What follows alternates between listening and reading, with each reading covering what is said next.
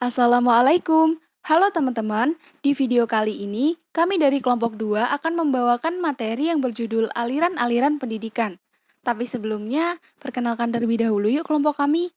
Ada Muhammad Mukorobin, Ken Zuraida, Hasna Nora Yunindra, Ilham Marito Setiaji, Febri Setiastuti, Fadia Isni Nadila, dan Joyce Dwi Suhartini.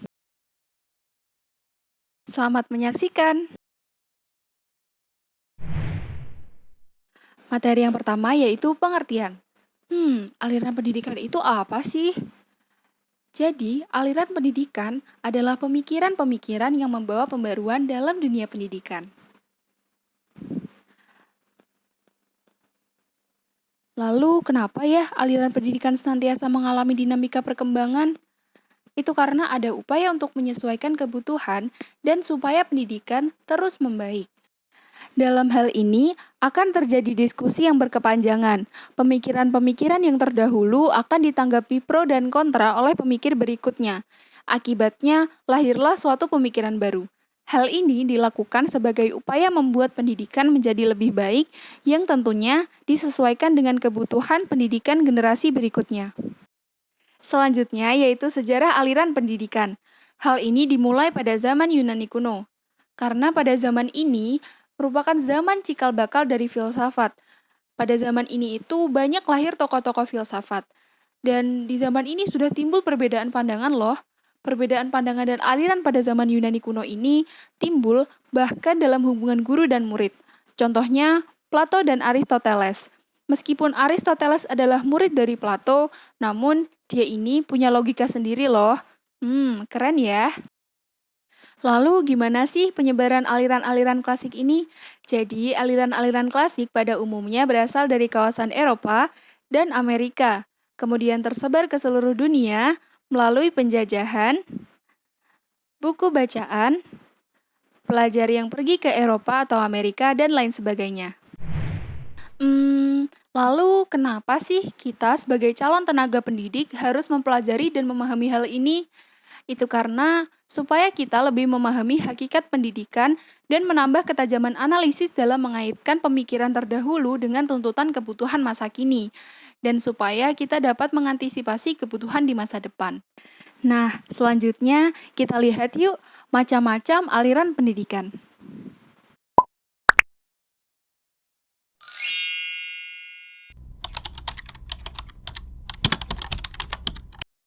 Aliran klasik, yang pertama ada aliran empirisme.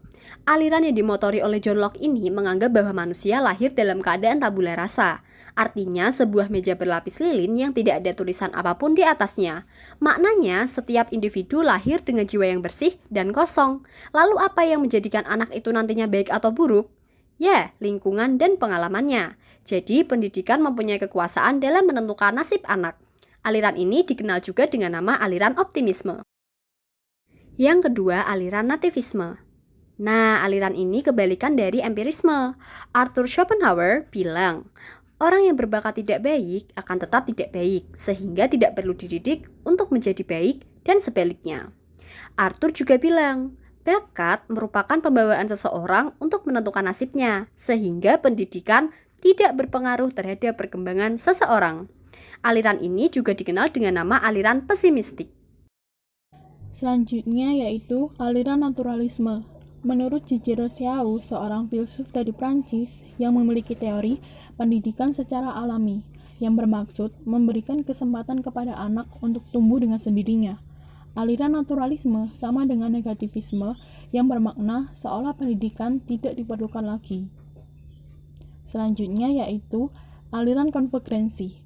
Konvergensi atau konvergenti yaitu penggabungan aliran empirisme dan aliran negativisme. Tokoh yang dominan yaitu adalah William Stern, seorang ahli pendidikan berkebangsaan Jerman. Beliau memiliki teori perkembangan tergantung pada faktor bakat atau potensi, pembawaan, dan faktor lingkungan.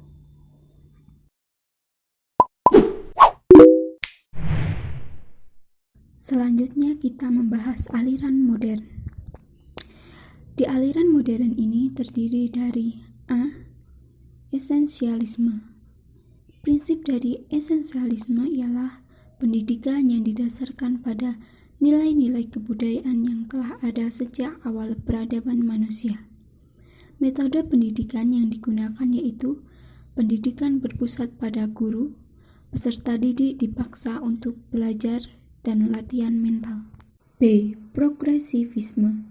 Aliran ini identik dengan pragmatisme, maka orang lain terkadang menyebut aliran ini sebagai pragmatisme. Perbedaan dengan esensialisme, pendidikan progresivisme justru mengutamakan penyelenggaraan pendidikan yang berpusat pada anak.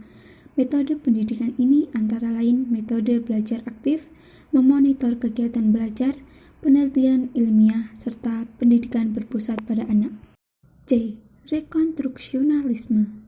Menurut Josh Cohn and Hardrock, mempunyai keinginan untuk membangun masyarakat baru, masyarakat yang pantas dan adil.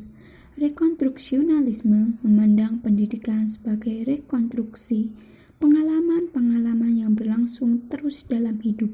Sekolah haruslah merupakan gambaran kecil dari kehidupan sosial di masyarakat. Yang keempat yaitu perennialisme. Pandangan aliran ini tentang pendidikan adalah belajar untuk berpikir. Maka dari itu, guru mempunyai peranan dominan dalam penyelenggaraan kegiatan belajar mengajar di kelas. Peserta didik harus dibiasakan untuk berlatih berpikir sejak dini. Pada awalnya, peserta didik harus dibiasakan kecakapan-kecakapan dasar, seperti membaca, menulis, dan berhitung. Selanjutnya perlu dilatih pula kemampuan yang lebih tinggi, seperti berlogika, retorika, dan berbahasa. Yang kelima yaitu idealisme. Para guru idealisme menggunakan pendekatan khusus kepada muridnya. Mereka tidak hanya berhenti pada pengajaran di kelas, namun mereka juga berkumpul bersama muridnya. Tujuan pendidikan terbagi atas 3 hal, untuk individual, untuk masyarakat, dan campuran antara keduanya.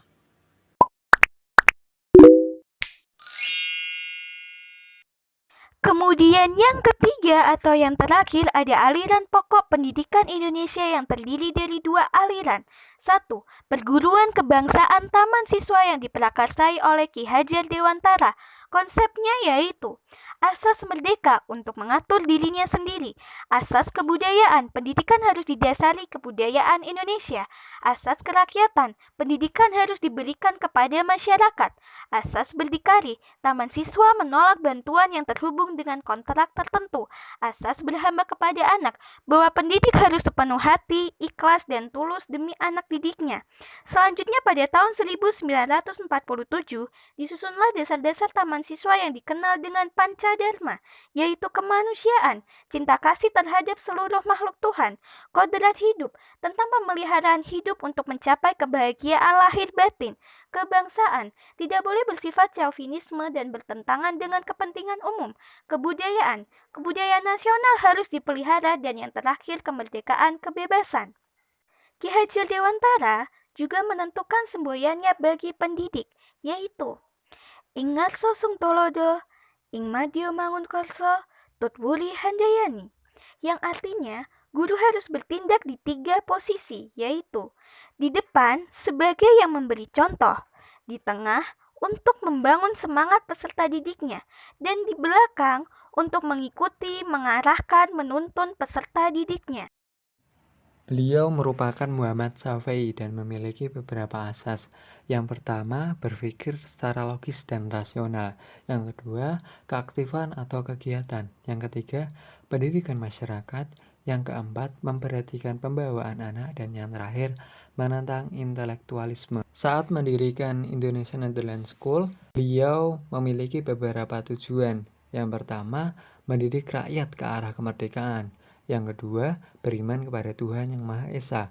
Yang ketiga, menjadi manusia yang selaras antara jasmani dan rohaninya. Yang keempat, pendidikan yang sesuai kebutuhan masyarakat. Yang kelima, menanamkan rasa percaya diri.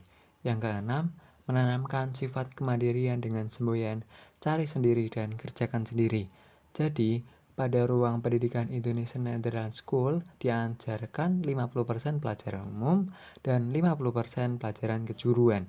Berguna untuk apa? memberikan kesempatan pada anak didik untuk tumbuh dan berkembang menurut bakat dan minatnya. Nah, itu dia video penjelasan kelompok kami tentang aliran pendidikan. Sampai sini dulu ya videonya. Terima kasih sudah menonton. Mohon maaf jika ada kesalahan. Wassalamualaikum.